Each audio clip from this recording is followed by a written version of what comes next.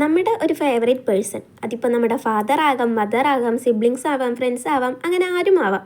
അവർക്ക് കൊടുക്കാൻ വേണ്ടി പറ്റിയ ഒരു സ്പെഷ്യൽ ആയിട്ടുള്ള ഒരു ബ്യൂട്ടിഫുൾ ആയിട്ടുള്ള കാർഡ് ഉണ്ടാക്കിയെടുത്താലോ?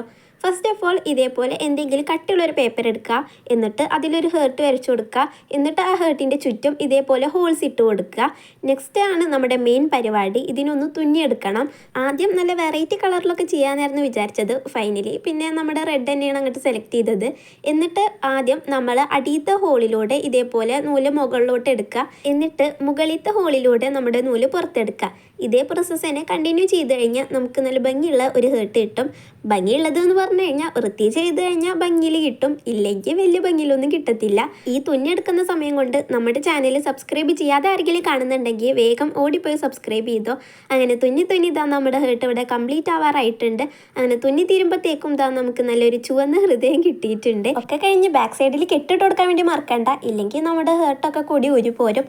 എന്തായാലും കുറച്ച് ഡെക്കറേഷൻ പരിപാടികളൊക്കെ ആകാം. ആ ഒരു ബ്ലാക്ക് പെൻ വെച്ച് ബോർഡർ എടുത്ത് എനിക്ക് എന്തായാലും ഇഷ്ടപ്പെട്ടിട്ടില്ല. എന്തായാലും ഈ കാർഡ് ഇഷ്ടപ്പെട്ട് കഴിഞ്ഞാൽ ഒന്ന് ലൈക്ക് ചെയ്തിട്ട് പോണേ.